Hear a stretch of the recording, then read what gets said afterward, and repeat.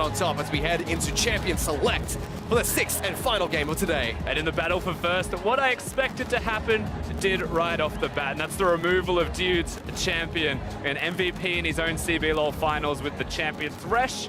Absolutely, get that away from him.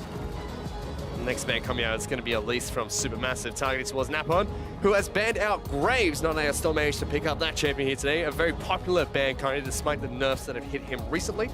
Yeah, and again, we still have to look at Ivern as this other champion of choice. Red Canids would be the team that bans it away if they choose, but it does still leave open things like the Lulu just be outright taken away. When you're forced into a Thresh ban because Dude's playing so well, you're forced into an Elise ban because of how Napon performed in his last game. What's left for you to actually get rid of? And do you look at an Ivern at all? Or do you actually hope that Red Canids don't ban it themselves? You can see that, you can hear actually the home crowd from Brazil cheering on their team, Red Canids. Crowd favorites, the Brazilian team playing in their home turf.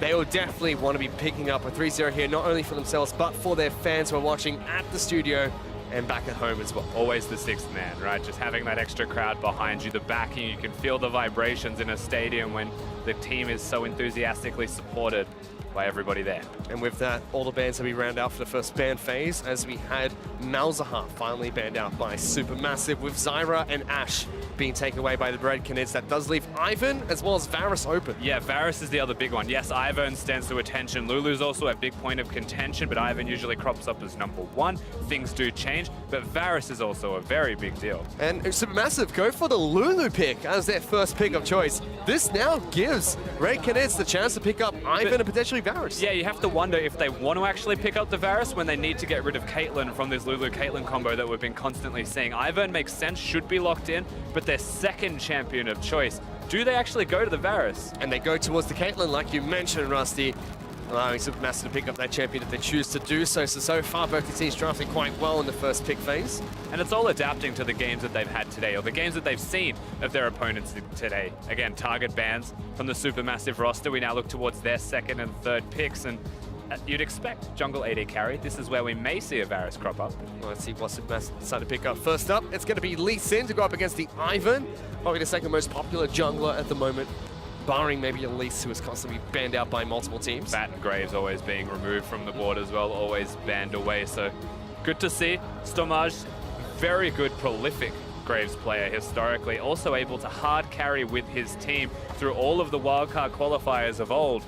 Still doing it now. And like you predicted, Rusty, Varus picked up for SuperMassive to round out their first pick phase, leaving their solo laners for last, and we should see the same thing from Red Canids. And so perhaps a Karma expected once again. This is the standard support into the Lulu. If you want to match control of the wave, you've got a Karma, so you should have a strong 2v2. If they do lock this in, there's going to be a lot of contention through the middle lane and the top lane specifically, but because we're in the second part of the ban phase and pick phase, Red Canids have a slight advantage. And that's exactly what gets locked in for Red Canids here as Karma's picked up for Dude in the bot lane. Still some chance to be flexed in the mid lane. We have seen it from time to time in the LPL, in the LCK as well.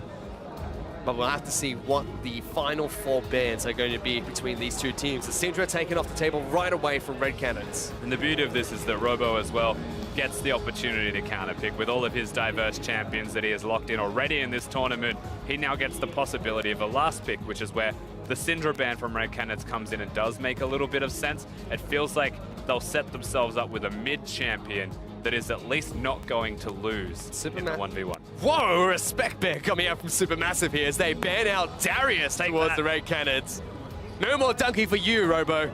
It's just a very awkward bad to look at on your bad list. They remove a top laner, you'd have to expect another top laner to be taken away from SuperMassive, but there's still things like Gragas up and available. You've got the Shen if you want to default to something like that, and they've got to protect the Caitlyn composition, where Shen would just be divine. Orianna is the final ban from Red Canids, so another mid laner being taken away. Shen still left up and available if they decide to ban that out. But the final ban coming out from SuperMassive will be Cassiopeia towards Tokus. Okay, so Red Canids, 3 mid lane champions taken away from them. We mentioned the Karma can flex, you're absolutely correct. Unlikely. Whoa, Tokus suddenly the rise to the occasion here, Rusty. Picks up Rise heading into the mid lane. Yeah, very roam-heavy champion. Of course, Talia's still a champion that can come up and potentially match the strength of a Rise. the laning phase, a little bit more contentious as to who would outright win that one. But there are options always going to be present for Supermassive, even with all of the bans there. Mid lane just has the most diverse champion pool. Red Canids do get their counter pick for the top side of the map with their final pick later on in the draft stage. Supermassive still yet to show top lane or mid lane as they lock in Galio, which they have played once today already. And for all intents and purposes, that is the top lane Galio. If they do decide to throw a spanner in the works and flex the pick for themselves, then they can put it mid. But expectations are definitely towards the top lane. So they've got a champion that can wave clear, does a lot of base damage, builds straight tank, and can support and let his team carry. But what you always need with a Galio is something like a Lee Sin, something that can go into the backline so that you can go onto them. And one of those champions could potentially be Echo, who loves to phase dive into back lines. And that should be Naru's pick of choice to go up against the Rise. Yeah, so again, that should be the mid lane champion. Supermassive completed their team composition. Red Canids with their last pick remaining, looking towards the top lane. Where does Robo go again? We'll have to see. So far he's played Darius, he's played Jarvan. That seems like the pick of choice for him. I mean, this could get locked in, and again, we'll see Robo playing another dunker that Jarvan's picked up for the top lane. Now, there was one really cool thing about Robo when he was actually playing the J4 was the fact that he was so aware of how the champion works in laning phase. When you're W maxing, you don't have a lot of damage, you don't have a lot of lane pressure. In fact, you would have to imagine that from the point where Fabulous gets level 3, maybe even level 5 and beyond with all of his natural wave clear, just from the champion's kit, the Robo has to sit back under his turret. But what we saw the last time he played was that the W shield's massive. If you try and dive him like what Chippies was doing on the Olaf, well then you're gonna have a pretty bad time actually locking him down and killing him. Very strong player. Excited to see how this lane's gonna pan out though, because Galio, top side of the map, does do very well in the laning phase. Jarvan has to sit back and relax for some time until he picks up the Tiamat. If he's going towards the more tanky route, if he's going a little more aggressive and picks up some AD there, might be a different story. And that's the big thing we have to highlight as well, right? They've got a Lee Sin Galio, and they've even got an Echo who focuses mostly on wave clear in the middle lane, which means they do have a strong top side of the map. There is a chance that that is where Supermassive focuses, puts all their attention towards, perhaps keeping the Ivern down, invading or even ganking in that area of the map. And we already talked to Dumbledore earlier. He was incredibly confident going up against the Red Canids bottom lane of BRTT and Dude. And Dude, he said, well, if they're confident to go up against us, we're ready to take them on. So that could potentially be the case in this game. Both bottom lanes are happy to sit bot lane on their own. Yeah, Dumbledore's legitimately said he doesn't think he'll lose to any bottom lane within this group. Dude said he had a plan. And so now we get to see that plan in action. BRTT on his Caitlyn, supported by Dude on the Karma. That's not his Thresh, but it's close enough. You see the hometown crowd here from Brazil supporting Red Canids who take on Supermassive.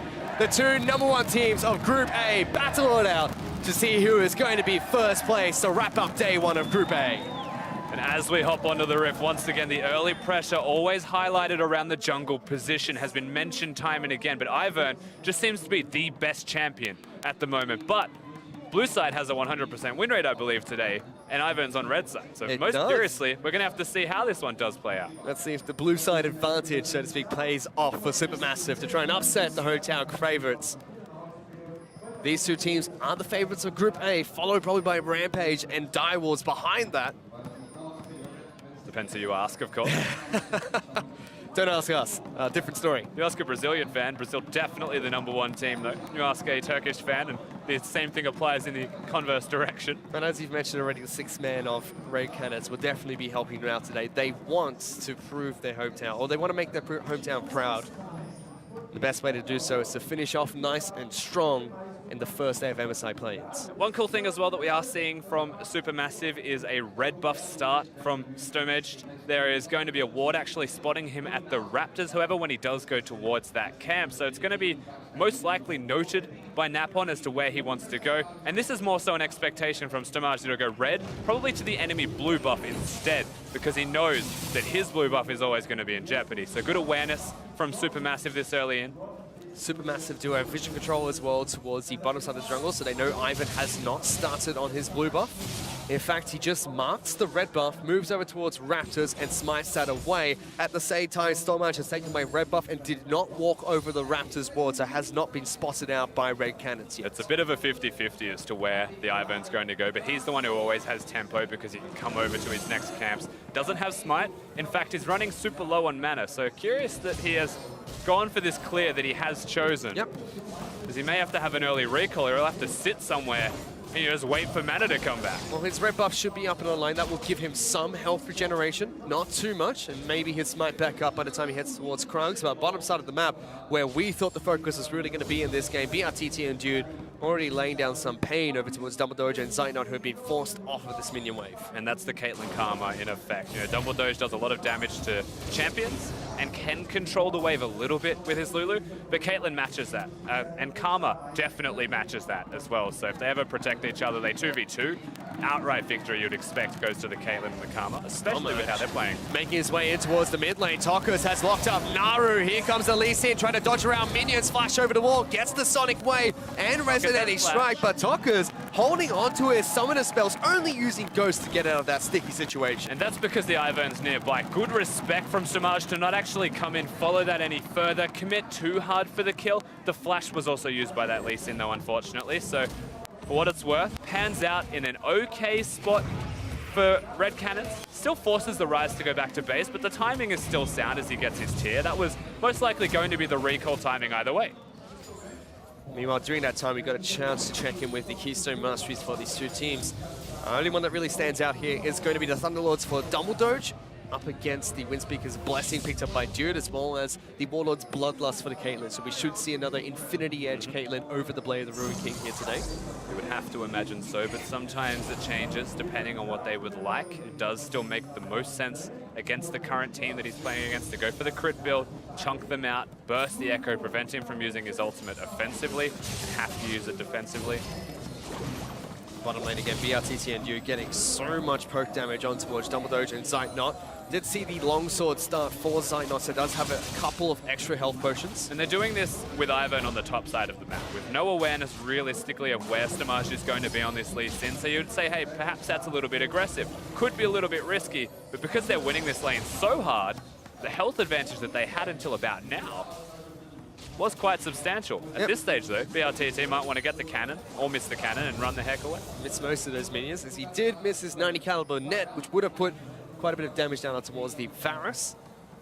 Napalm will get spotted out here as he tries to mark up the Raptor camp, finally heading back to base for the first time. Speaking of heading back to base, multiple champions have been able to do so. Lee Sin has picked up his upgraded jungler item. Tracker Snipe already complete. Dark Seal in the mid lane for Naru with his Doran's Ring. And we do have tier picked up by Tokus already, nice and early for Rise. Yeah, absolutely. Again, that forced recall out of the Lee Sin gank, making him get the tier that early. Still going to be matched by Naru, who has the teleport. And that's just the pace of the mid lane. It's always going to be about wave clearing, always going to be about just trying to either prevent their opponent from roaming or roaming themselves and matching. That's what you want to see from Naru. But does that mean that later on we will see SuperMassive pick up or move in towards a 1-3-1 here, because they've got the double teleport picked up, Echo as well as Galio, fairly decent at split pushing, whereas side of Red Canids, they have the Jarvan, who really wants to get into a team fight, it seems. Always a possibility, but when you look at what SuperMassive also want to do if they want to actually try it engage, that's a lot of damage. Stepping on back onto that trap that was placed just behind the tower. Always catches players by surprise. The sneakiest Caitlyn trap that you can place. The red side advantage as well, being able to have that trap there, means that if you are pushing in, you are on red side, usually it's just too difficult to step up and farm the minions. So Napon trying to make his way down into the bottom lane. Zeitnot and Double Doge just below half health. Lee Sin was making his way down, but it was just to take out the scrying plants. Eventually though, Ivan will leave this lane. BRTT continues to poke up against Zeitnot and Double Doge, but Tokus has been jumped on. Here comes Stomach, forcing the flash out of Rise, and again, Tokus lives through another gank from SuperMassive. Able to absorb all of this pressure out of the Lee Sin. They've watched him through wards, clear the Gromp, go top lane, back through the ward, go to the bottom side of the map, but they've got control wards set up here, SuperMassive. The pressure's still there from Naru in this mid lane against the tier of the Rise. Has Storm Raiders, doesn't have Courage of the Colossus. He is susceptible to these ganks, so is Napon. Stamaj has no Q though. Napon will be able to take down one control ward, finds a second. Wanted to root up Naru, but says, oh, 30 gold, I'll take that instead. And that's all of the vision cleared. Of course, more wards having to be placed down to try and prevent the jungle from being invaded. Second red buff available for the Lee Sin also. But we're looking more towards the level 6 point for the side of SuperMassive. That's when it really matters for them. They get the Lulu ulti, able to then leave the lane Varus ulti, able to actually provide a form of engage for their team. Same thing applies with the Lee Sin hitting 6. Until that point, they don't really have engage other than Naru hitting his parallel convergence. And we finally had the bottom lanes go back to base. A BF sword for the Caitlyn, whereas Bilgewater Cutlass picked up by Zeitnot. Even top side of the map have gone back to base. So Fabulous has picked up 2 Doran's rings, whereas the side of Robo, he's got his Tiamat, which is where Jarvan wants to sit comfortably for the rest of the laning phase. Both top laners still holding on to their teleports. So at about this point, Robo then becomes a actual pushing champion, not a completely irrelevant top lane champion. Means that Fabulous has to show a little bit more respect. And there is potential then to not just be stuck under the turret, to have the ability to leave the lane, constantly roam around. Yep. But Galio, just by design, has so much wave clear that it's really difficult to challenge him for anything. And if you leave the lane first and Galio follows shortly after, his ultimate will come in handy. He's able to get the jump on towards the opposite team. But now though, Stomach might find Napon inside of his own brush. Just sitting there, puts a ward down, tags him with Sonic Wave, doesn't follow up. As you mentioned, fairly awkward. But Ryze was in base, so Napon can't actually contest for it, which is why Daisy comes out. He's going to be a scout for the team. Just waiting for the blue to spawn. Or not spawn, sorry, be ready. Still standing on top of a ward. Does look like Stomach wants to go close. Time. There we go. Napon picks that one up. We'll be able to donate that one over towards Sockers as well. He'll be very happy to pick up a blue buff as Ryze. Pick it up. But still, there's so much vision on that side of the map for Supermassive. Lots of trading. That's a red buff, remember, on this Jarvan. Robo, more than happy to go toe-to-toe against Fabulous, does not use his W there. There is someone coming up the river, though, to where he just walked towards. Gonna have to be careful. Fabulous looking for the fight already. Taunt connects as he slides his way out, charges up the uppercut, but Naru's here, smacks him with the baseball bat and picks up first blood in the top lane for Supermassive. And all it took was the flash, which was definitely still traded. Naru has the teleport, choosing to walk back to this mid lane, though. Doesn't want to be at risk of getting locked down by an Ivern. And this should still be well and truly defensible. So great moves from Supermassive, getting to the top lane, finding a kill, utilizing the fact that Robo had a red buff. He was going to play aggressively, use his health bar and try and match it. The sustain, the health regeneration that comes from red is why that happens at all. They capitalize. Big play from Fabulous as well. He was able to get the taunt halfway through the slide combo from Robo. And that's a cool thing about the matchup as well. If you're charging up a taunt, Jarvan doesn't magically disappear from your area. He throws down a flag before he drags himself to it. You've got a window where you can counter it with the taunt. So in this match between Napon and Stormage in the jungle, something that was talked about quite heavily in the analysis, it's still fairly even. I mean, 3,000 gold for the son of Ivern, about 300 gold behind for the Supermassive jungler, but it's very different from the Lee Sin against Ivern match we saw in the last game between Rampage and the Direwolves. But again, the one thing that isn't even is the fact that Naru is playing extremely well, has got a gold lead, has got teleport, and that first kill for his team being the first blood. So as the map opens up, as everybody's looking at Zeitnot, all eyes are on keeping him down.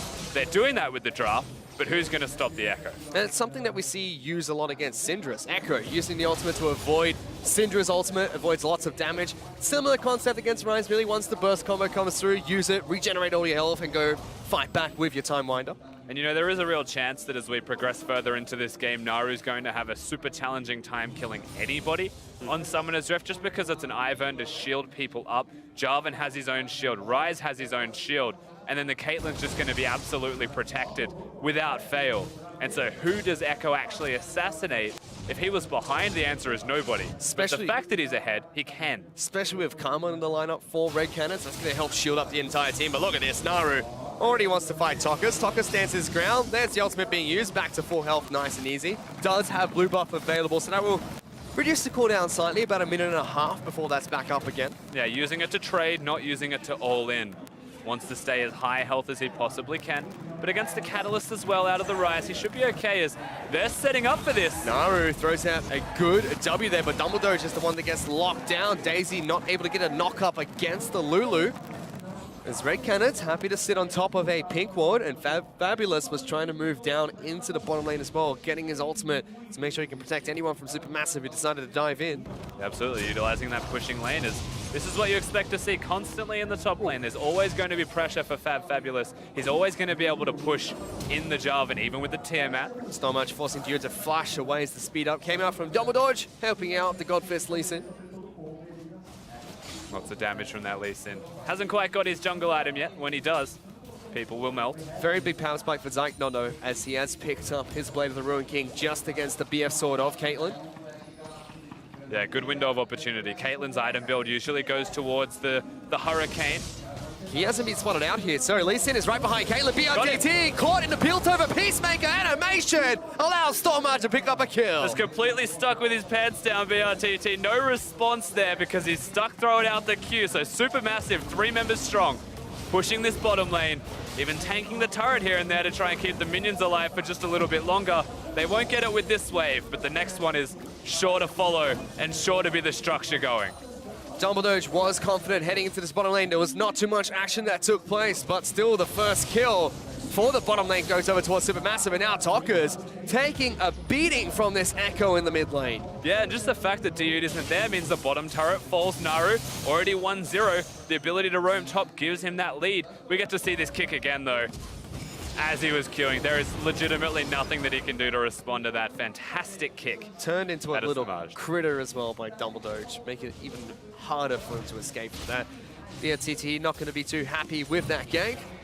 Supermassive, like you mentioned, took down bottom lane outer turret. They got good damage on the mid lane outer as well, and are looking fairly confident heading into this match against Red Canids. 2,000 gold in the lead just 14 minutes into this game. And that's the thing, we highlight where do these junglers want to go? Are they just going to invade each other? They're just going to pressure each other. Well, one's an Ivern, so he's just going to be a farm jungler, try and play the map a little bit more, support his team, scale up, get some shields, get some items, and support Caitlyn. Samaj plays the early game jungler, plays the level 6 impact jungler, and actually finds that opportunity, keeps BRTT down, and now sets the bottom lane of Supermassive up to get the turret. Now rotate towards the mid lane, set up a 1-3-1 that they can put themselves in with 2 teleports there. This is exactly where they want to be. And there's still no item power spikes for Red Canids. Robo's still sitting on components. No redemption for Napon. Tokka's hasn't even completed his Rite of Ages. And that's the thing, it's about timing. Not just that they got the gank in the bottom lane. Like, the fact that you have a Blade of the Ruin King, we mentioned this much earlier, that's when the gank happens, right? So that's a window of opportunity where Zeitnot's going to be doing more than BRTT. But he's also going towards the crit Caitlyn build. So now that he's behind, he stays behind for a little bit longer just because of how accelerated the bottom lane goes. I mean, it's not a massive gold lead that Supermassive have accrued for themselves, but you can start to see the spillover effect that it has. Well, you look at the other side of the map, Supermassive, like we mentioned already, Blade of the Ruin King picked up Warrior's Enchantment for Stormage, which is a big upgrade for Lee Sins. Even the Sunfire Cave tossed him out, allowing Galley to continue pushing on his own as Naru. Some quick feet there, he's able to get away from that gank using the flash of the wall. Meanwhile, BRTT low, forced to use heal and flash to get away. Dude even getting his exhaust down there. Yeah, Zeitnot throwing out the ultimate, able to lock them down. Keeps summoner spells of his own, so even after that Caitlyn ultimate, confidence in his team.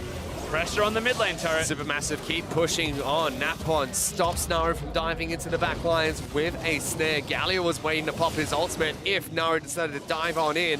Has the proto belt available if he wants to get even deeper behind the back lines, but still a 2,500 gold lead for Supermassive. Again, commanding this game against Red Canids. And we've already highlighted this earlier in the day, but Red Canids, the Brazilian side, have been lacking just a little bit in their mid-game strengths. Most teams have been able to give it back to them, even just a small amount in their performance, especially against Rampage, when they were able to get that advantage back from a 5-0 Elise running around on Napon. But now they're doing it from a deficit.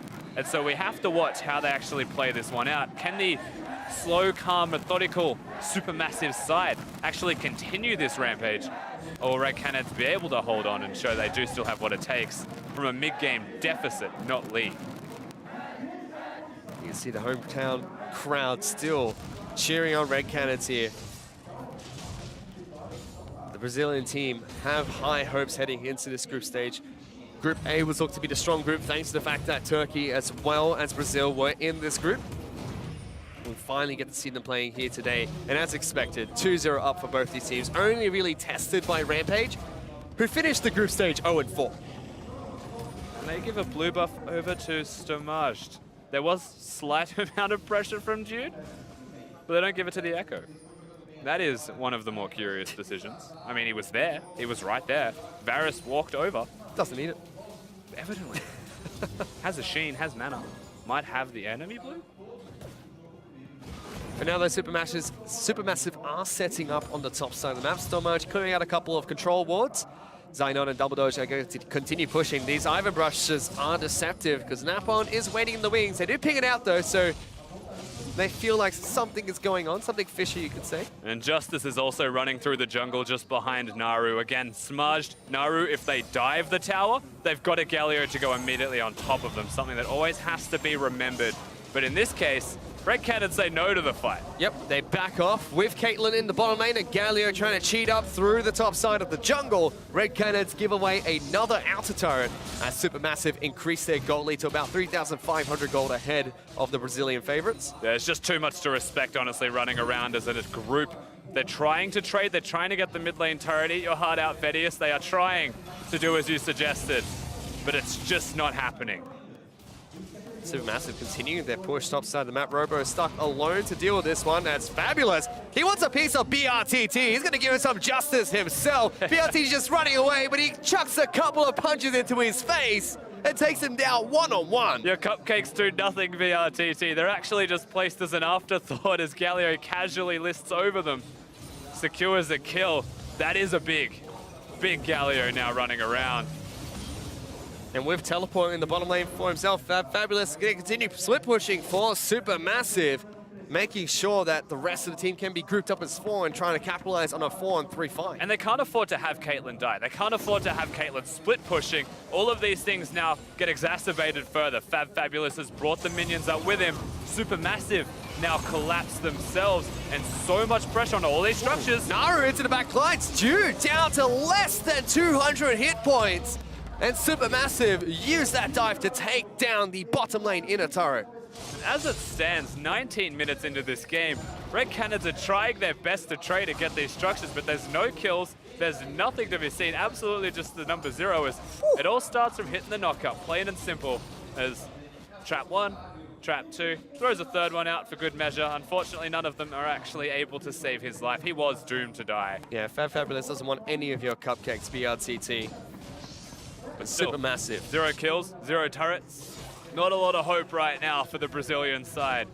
They will still get there first. Robo will at least stop a perfect game here and potentially pull back some of the gold lead for Red Canids. Naru is sent towards top side of the map, just going to clear up this minion wave for SuperMassive. Tokus is waiting in the wings.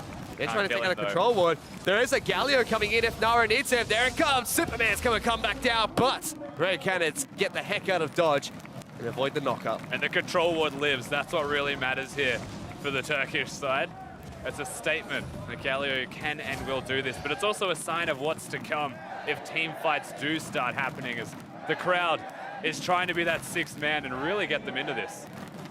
Although it's a 4,000 gold lead for SuperMassive, it's not over yet for Red Canids. Yes, incredibly far behind. But again, once this man in your screen, BRTT, is able to pick up an Infinity Edge for himself, that could definitely change the way this game is played. Yeah, they've got the redemption for the Ivern. It's really hard to dive Red Canids' team composition just as a whole if they are ever grouped up. Even if they just have Ryze and they don't have Jarvan there, it's just a 4-man group. But your Caitlyn traps preventing the siege. Ivern to shield people up, Daisy in general just to disrupt if a team fight does break out. It means that SuperMassive can't dive the structures unless they have a numbers advantage outright, or an advantage to the point where their items are just substantially further ahead, and that's not going to be the case anytime soon. They need to find other objectives, and for me it's Drake and it's Baron. If they can bring Red Canids to the Baron, then they can fight them in that area for it, because Red Canids won't be able to set up. They won't be able to put the Caitlyn traps down. They'll have to check. For now, SuperMassive very happy with going into a 1-3-1. They've got Naru in the bottom lane. Fabulous is top side of the map on Galio. He has his teleport available. So does Naru. Stormage, Zeitnot, and Dumbledore are sitting around the mid lane. They're cheating in towards Fog of War when they can. And Naru's on a turret with a Lich Bane. Jarvan has to come down. He's going to have to respond. But at this time, look at where SuperMassive are. It's actually, he might just be in trouble. He's trying to get right behind Naru. There's the Paralock Convergence, looking to try and keep him alive. Does get a big shield, tries to take down Robo, flashes over the wall, and gets the heck out of there. Meanwhile, they're definitely looking at the Baron. It's at half health. Well, here comes the teleport. Robo's trying to get in. Even if he does, it's still a 4-on-4. with them trying to get into the back lines. Will he get the smite? It's taken away by Snowmarch. Robo wanted to try and steal that one, but SuperMassive get the major objective. Teleport in. They've got Echo coming into the back lines. Blast Code gets them back to safety, but Robo does get taken down. Jude is trying to get the heck out of Dodge as well, as SuperMassive increase their gold lead. And that was a subtle thing, but the taunt out of Fabulous to prevent Ivern from getting it at all, just sitting on the edges of the Baron pit, preventing that steal. Massive victory for SuperMassive. Not only do they just get themselves the Baron, Naru lives, is able to teleport in, and now they pressure extra structures. This is a complete and utter disaster for the Brazilian side. Mid lane, inner turret taken down by SuperMassive. Stormarch is prepping away from the top side of the map for the final inner turret to fall here. Now SuperMassive rotate the rest of their members towards top side of the map. Almost looking like it's going to be the most convincing game of today here, Rusty. Yeah, in a battle of the 2 zeros, this does feel like the most clean, holistic, almost macro type of victory. They are playing it properly. 1-3-1, go for the objective, which was the Baron. We already mentioned why the Baron's super important. What's also just important to take out the structures in the end is, this is the big thing we need to highlight. Not only does he block the ult, watch the taunt out of Fabulous. As they are stuck, there's no way for him to get over the wall, as Stormarch does get over the wall. I believe he wanted to kick them as he came back in. The Q was already on the Baron. So he secures that one for his team.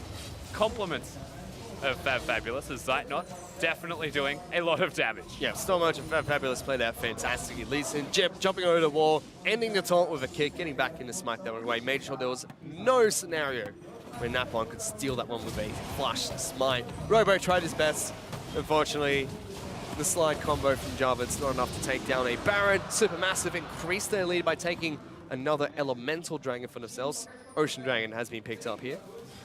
Yeah, there's going to be another one just afterwards as the pressure continues. Naru going to be hitting the top lane. He's going to be 1-3-1ing one more time. They've already got the Galio bottom side. That's where they're going to start this one off. Is actually, Red Canids are in. Red Canids want to go for a fight, but here comes Galio with a big three-man knocker. BRTT is locked down as well. Robo, who started the fight, has already got the heck out of there as Red Canids lose their AD carry. And their desperate engage backfires, SuperMassive sieging the base. They're going to be able to take down the mid lane inhibitor turret. Inhibitor is next. SuperMassive definitely going to look for more because they've got a wave prep top side of the map. Absolutely. They've also got one bottom, so pick and choose wherever you'd like to go. Zite not just going to walk through the turret. Minions are here ready to go, timed perfectly. This is very clean. It was a Hail Mary play from Robo and it didn't work out for the Red Canids. SuperMassive get 2 inhibitor turrets and 2 inhibitors taken down already, and they still have half a Baron buff to work with. And that's what you want to see from Galio as well, out of Fabulous one more time, showing his skill on the champion, but it's because Red Canids are engaging. They're desperate, so they have to go forwards. Their team composition definitely does not want to go forwards. They've got an Ivern. They want to pick and choose their battles and slowly whittle down your health just that little bit more every single time. But because they force it, everybody's going to get knocked up by the hero's entrance.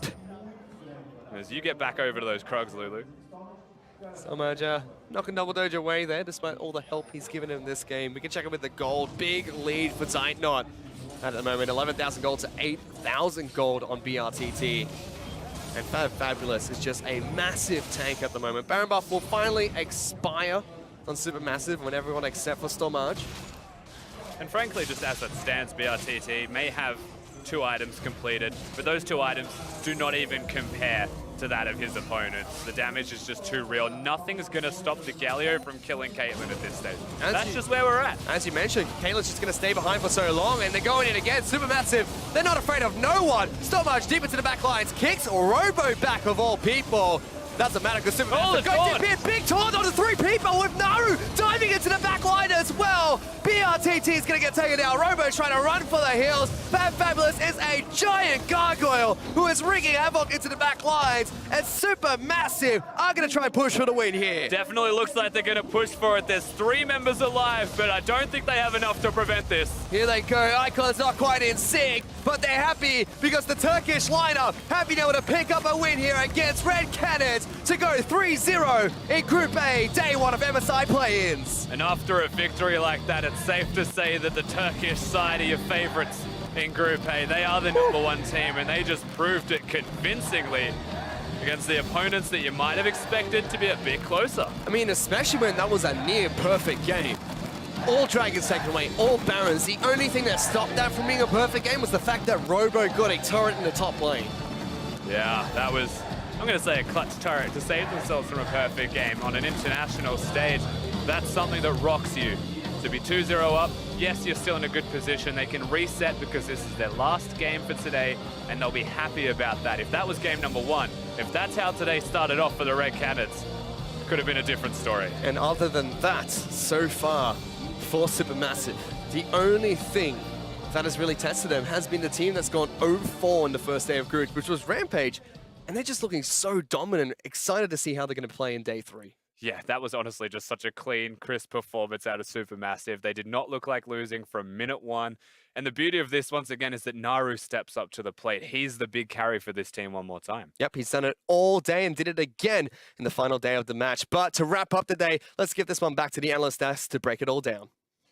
Thank you very much, gentlemen. SuperMassive is going to be our 3-0 team at the end of day 1 here in Group A. And this was actually, surprisingly, our most dominant game of the day. Actually, the fastest game by 11 seconds there, just sneaking it in under the wire. But, you know, funnily enough, we had talked about the featured matchup between the two junglers and, you know, what style junglers would they end up on? Well, we got that Lee Sin versus the Ivern, the early game versus the utility. What are your guys' thoughts on how the jungle matchup played out?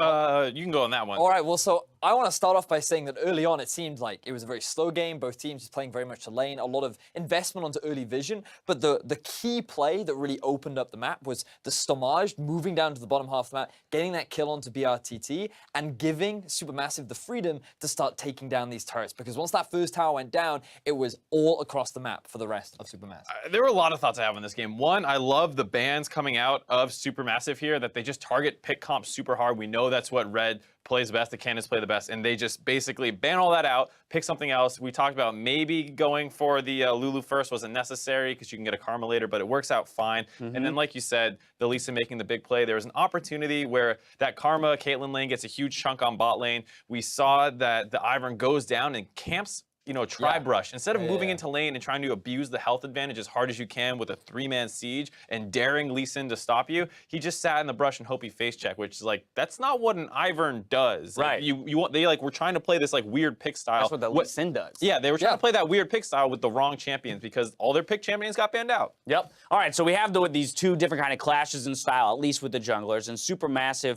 you know, did get a couple kills, at least in the early game, but there was quite, you know, a lack of action to some degree in the early game in terms of kills actually going over. It wasn't until that 21-minute mark, and we're going to take a look at this, our final Acer replay of the day. SuperMassive's 21-minute Baron call. Set this one up for me, Vidius. So the thing that I love about this is it's a great demonstration of how to play the 1-3-1, right? SuperMassive are sending Naru down to the bottom half of the map, and they're drawing pressure away from the main unit, who are decisively moving towards the Baron and knowing, hey, we have a numbers advantage and we have a good enough composition to deny Red Canids from being able to contest this Baron. I just not only love the execution, but just love the overall play from SuperMassive, demonstrating that they did exactly what I want to see macro. They had clean macro gameplay. Clean Lee Sin gameplay as well. Hops over the wall, kicks him out, comes back in, and just smites the Baron away. That's exactly what you want to see. And you see, that's the goal graph you do like. That's the exact kind of goal graph I want to see, Mark, all the time. And here's the thing, with that Baron buff,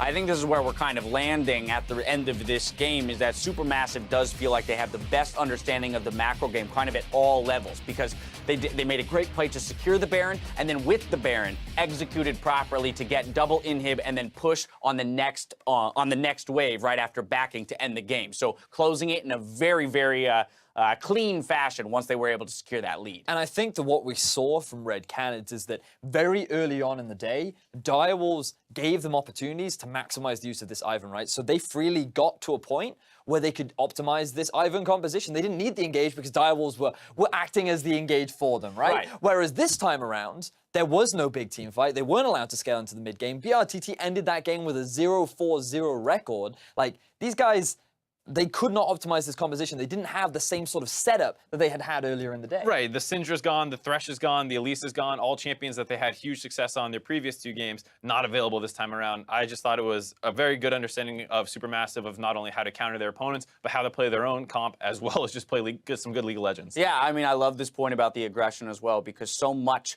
of League of Legends can look different based on where the gold falls in the early game, right? You look at the first game of the day, you go, holy crap, Caitlyn, Ivern, Lulu, that's an insane composition. No one should ever be allowed to have that. Well, yeah, of course it's insane if you're hand-feeding the Caitlyn kills in the early game and helping her scale into late. We see here that there is downside to picking a composition like that if you can't get it rolling or extend the game past that 25, 26-minute mark. Good understanding of some of the more fringe picks as well. They take the Galio. You see there the Canids trying to counterpick it with a Jarvan being like, oh, it's a scrappy physical damage champion that should do well into Galio. And then he's just spending most of the game getting pushed in.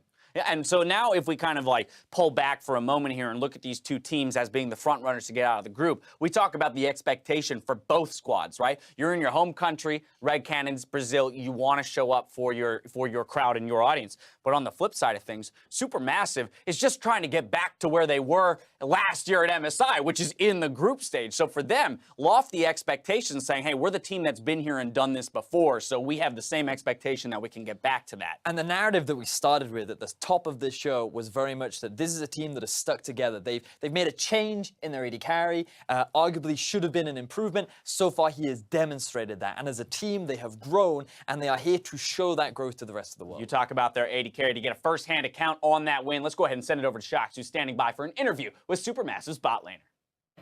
Hey guys, Shox here again, and I am joined by Zeitnot, the AD carry for Supermassive, after locking first place in Group A and a massive victory over the Red Canids. How much of a confidence boost is it for the team that you are first place and you beat the crowd favorites, Red Canids? Well, we had our doubts against Red Canids. I think they are really strong, but unexpectedly, I didn't expect this much. I mean, it wasn't really hard. But yeah, we won't be overconfident or we might lose. I always lose wildcard tournaments, so I'll be extra careful. Yeah, good to be careful, but you did lock #1 place. Going into the next round, you have to play all these teams again. What is the edge or the advantage that Supermassive has going into the second round? Because you guys look pretty unstoppable. We had some bad games, I mean shaky games, but the last one was really good. So they'll be a bit scared, but we won't be overconfident, and we are 1 point ahead, so it's a lead. We'll try our best. Yeah, definitely not too comfortable. When I talked to Dumbledoge earlier, he was already thinking about playing versus TSM or playing versus Flash Wolves. Are you doing that as well, or are you trying to keep the focus, and how do you keep the focus to close it out?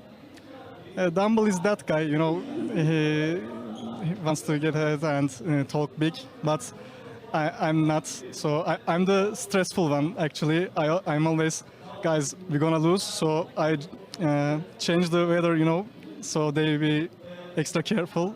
So, yeah, I'm that guy. All right, well, in any case, you have put up a fantastic performance so far, Zeitnot, so thank you very much for the interview, and good luck going forward. A carefully confident Zeitnot. Back to you guys. Thank you very much, Shox. I love that. You got to have somebody balance out Dumbledoge's confidence in terms of moving ahead in the tournament. But 16-1-11 on the day, you're talking about upgrades for this squad. 16-1-11, I'll take that performance any day of the week. He's having. Exactly. Nope, he's only got 1 death. You want big numbers. Big numbers. He's not putting up big numbers. Mark's all about the big numbers. Yeah, I don't care where they come from. Just give me some numbers. All right, I tell you a big number, though. 3-0, okay? Winning all 3 of your games today, as was mentioned there. That 1-game lead, right? You're now master of your own destiny, and I think that's very important going into day 3, rather, second day for Group A, but day 3 on the tournament, is that Supermassive now knows that they're in control. So if they enter day 3 with solid game plans and knowing that it is theirs to lose, right? I think that they're going to have a really solid shot at clean sweeping this group. And they have that little bit of buffer in case a game doesn't go well. You don't instantly need to panic and be like, oh my God, we're 2 games back now or something like that. You can potentially lose a game, learn from it, and really improve over the course of the day, whereas a lot of these other teams need to play perfect the entire second day. I think that's the big focus, right? The fact is, for Supermassive, the onus is now on their opponents to win, rather than like, because right now sitting at 3-0, if you drop a game, it's not the biggest deal. But the fact is, the enemies are just like, oh, we need this win in order to have a chance because we have to go above Supermassive. So we have to make sure they lose as many as possible. And again, I think this plays into Supermassive so perfectly because as we talk about Direwolves and the Canids, these are guys who are aggressive. So you're coupling already aggression with the need to win more games, right? And what is that going to turn into? Desperation. Desperation. Exactly. And I think that as long as Supermassive, again, kind of holds on to their experience and the knowledge that, hey, we as a team understand how to play this game better than the rest in the group, or at least at this point, that's what we've shown, that as long as we come in cool, confident, collected, we can take away the entire Group A. As we close out day one, let's go ahead and take a look at Group A's standings. Supermassive are undefeated in first place with the Red Canids close behind them at 2-1. The Direwolves end the day at 1-2, and Rampage look to bounce back from the bottom when they return on Sunday, but they do have their work cut out for them. Tomorrow, we've got Group B, who play their first round robin of the play-in stage. It all starts with LCL's Virtus Pro against LLN's Lion Gaming, followed by Vietnam's Gigabyte Marines versus LAS's Azurus Gaming. Gentlemen, as we look at this lineup here, Group B, give me your preliminary thoughts on some of these teams and the matchups that we got going on for us tomorrow. I think the big one that everyone's going to be talking about is Lion Gaming. They absolutely destroyed their league. They had something like an average of 5,000 gold at 20 minutes. It's absolutely crazy. 13-1 record or So something. they basically had Envy's gold lead. If you took Envy's early game, but then had them actually win those games, then yes, that's what we're expecting out of Lion. I like it. I'll take that any day of the week. We talk about big numbers, Mark. Those are some big numbers for you. So you're looking ahead at that. What about you? Your dark horse outside of the LAN. So last dark horse did not work out too well for us. Redemption. I'm giving you a shot at redemption. So my dark horse of the group is probably Azurus Gaming. Okay. There have been like a lot of talk about their performance. LAS and LAN have also had a lot of rivalry between them, and I like to think that as LAN have improved, LAS have also been trying to match that level of improvement too. So I'm looking forward to seeing what that team can bring out. But then there's also like Virtus Pro. How well will they stand up? Because remember, like these are the guys that beat M19, and everyone was expecting M19 to be the representatives. And so I wonder what they're able to plow, given that they were able to get that upset over M19. I mean, everything about Group B seems so much more uncertain, and in a sense, because when we were looking at these and saying, well, Supermassive, Red Canids, the top two teams in the tournament, all get ported over to this Group A, makes Group B a little bit more of an open book, right? Anyone can win this, and so it really is gonna, day one, we've seen what can happen. If you dig yourself a hole like Rampage and go 0-3, you've got your work cut out for you. So tomorrow, every single win, every single game be that much more important. That is going to do it for us. So on behalf of myself, the casters, and the entire live broadcast crew here at Riot Games, thank you for watching, and we'll see you back here tomorrow.